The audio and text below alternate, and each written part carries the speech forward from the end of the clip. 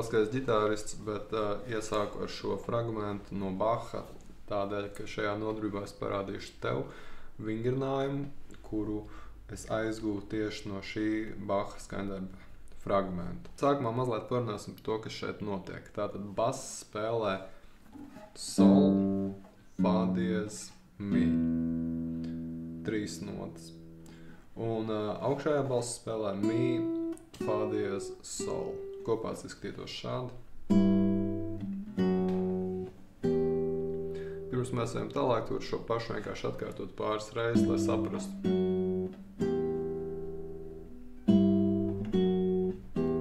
Ideju. Un tas, ko mēs tagad darīsim, mēs viņu mazliet pārveidosim, lai varētu viņu sekvencēt visās 5 formās. Šajā gadījumā tas, ko es daru, šo te augšējo balsi es pārcelšu oktāvu zemāk. Tad es samazinu šo konkrēto kontrapunkta ideju, lai viņu varētu ērtāk sekvencēt visās 5 formās. Tad nospēlēsim tagad šo pašu vingrinājumu vēlreiz, bet šo augšējo balsu oktāvu zemāk šeit. Mi, fa diez, sol. Tāda mums ir.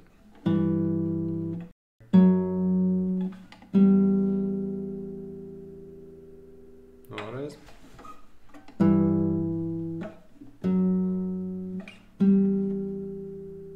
Ja tev sanāca foršs, ja ne, tad vēl 3. reize, ja tev vajag skatīt šo video vēl tinu atpakaļ.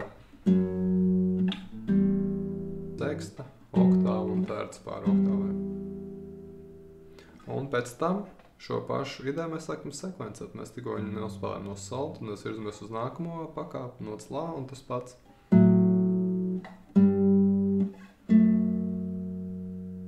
Un no si.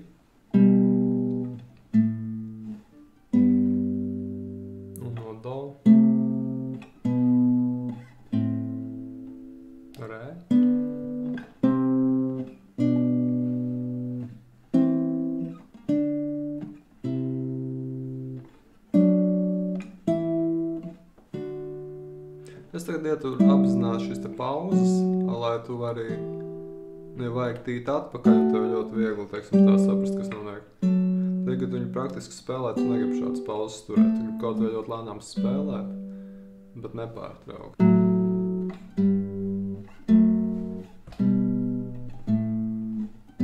Pārliecinies, ka balss skan tīri, precīzi, vienādā skaļumā.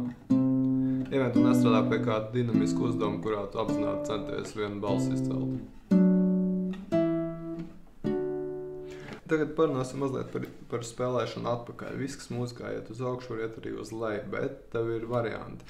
Pirmais variants, tu vari saglabāt to pašu intervalisko struktūru, sākumā nospēlēt sekstu, tad pāriet uz oktāvu, un tad tērts pār oktāvai, un tad šādu pašu manevru atkārtot no kāds pakāps ejot uz leju. Vai arī otrs variants, tu vari spēlēt otrādi, respektīvi nevis seksta oktāva. Tērts par oktāvai, bet sākot no plašākā varianta. Tērts par oktāvai, oktāva, seksta, sašaurinot. Šajā gadījumā tas būtu rekord.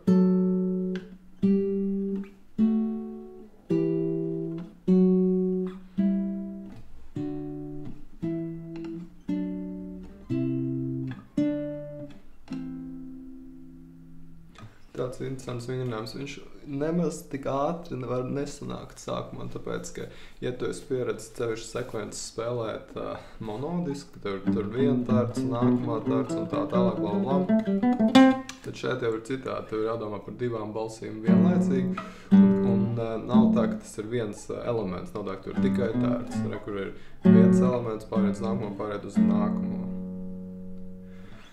Un par labo roku runājot, redz, tev ir varianti. Tu vari spēlēt fingerstyle. Tur arī, teiksim, tā es par klasisko ģitāru spēlu tā tālāk, es pat neuzsākšu runāt, bet vienas piebildīšu ir ģitārā. Es nezinu, vai tas ir saistīts to, ka tas nav varbūt tik ļoti tradicionāls sens instruments. Mums ir dažādi elektriskās ģitāras stili, klasiskā ģitāra spēle arī ir dažādi stili un tā.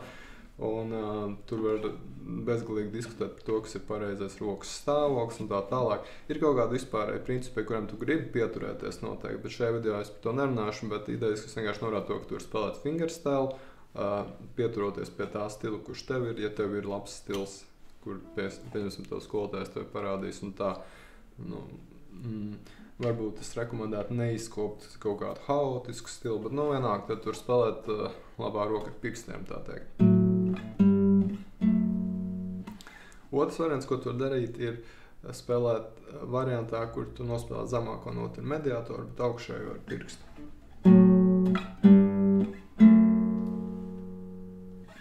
Spēlēt zemāko ar mediātoru, bet augšējos ņem ar pirkstu.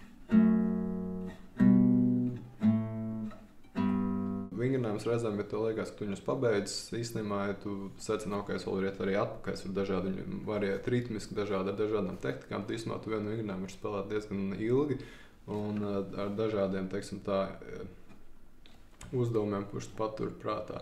Tad vēl viens uzdevums, ko tu vari padarīt prātā, ir spēlēt viņu nevis harmoniski, restīvi nevis divas notas vienlaicīgi, bet atdalot. Piemēram, ar mediātors nospēlēju apakšējo balsi, augšējo.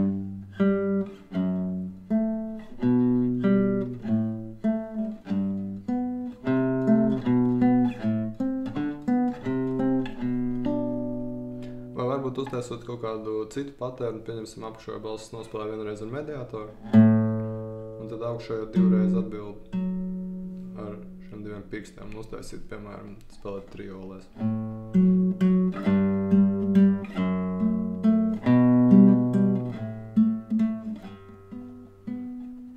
Un tā tālāk, kad tev viņš sanāk vienā formā, sāc spēlēt pārējās formās, un tu būsi pārsteigts, ka īstenībā šis vingrinājums varbūt no malas liekas, kas tur tāds ir, bet tu būsi pārsteigts, cik viņš īstenībā prasa šo mentālo resursu un cik ļoti tu esi pieredzis monodiski domāt, cik ļoti viņš jau sāk šis te kontrapunkts, ka mums ir divas balss, viena virzās uz augšu, otru virzās uz leju, bet tev ir jāpaliek gammas skaņās iekšā. Un tas arī ir labs dzirdes vingrinājums, ja tu viņu spēlē un ieklausies tajā, ko tu dari un saproti, ka no šos tā arī, ko es iepriekš minēju, šīs intervālu attiecības. Tālūk, tad šajā video es tev parādīju praktisku vingrinājumu no Baha. Noslēgšu ar nelielu ideju, kur tur paturēt prātā. Redzi, kad tu mācies mūziku, tu pats arī vari paņemt no konkrētiem skaņdarbiem mazus fragmentiņus, mazus motīvus, ja tev viņš liekas izaicinoši un tev liekas tā ideja interesanta un saistoša, tu pats no viņu var izveidot savus vingrinājumus un tādējādi turpināt pilnveidoties un pilnveidotos veidos, kur tu zini, ka tas, pie kā tu strādā, īstenībā ir paņemts no reāla muzikāla konteksta. Tas nav vienkārši kaut kāds mehānisks uzdevums, kas, es nesaku, ka mehānisks uzdevums ir slikti, bet man doma vairāk ir tāda, ka ja tu esi aizguvis ideju no kaut kāda spēcīga pirmavota, piemēram, no Baha, tad tur ir jau, teiksim tā, cits, teiksim tā, segums tam visam apakšā. Bahs, manuprāt, ir izcils mūziķis, un tas, ko viņš ir mūzikā izdarījis, mēs vēl joprojām par to runājam un diskutējam un klausāmies, un tajā mūzikā ir ļoti spēcīgs šis enerģijas impulss, tāpēc, ja tev ir interese, noteikti paklausies arī Baha mūziku. Ja tev ir kādi komentāri, vēlēs parādīt atgrieznisko saiti, var atstāt kādu komentāru un atā.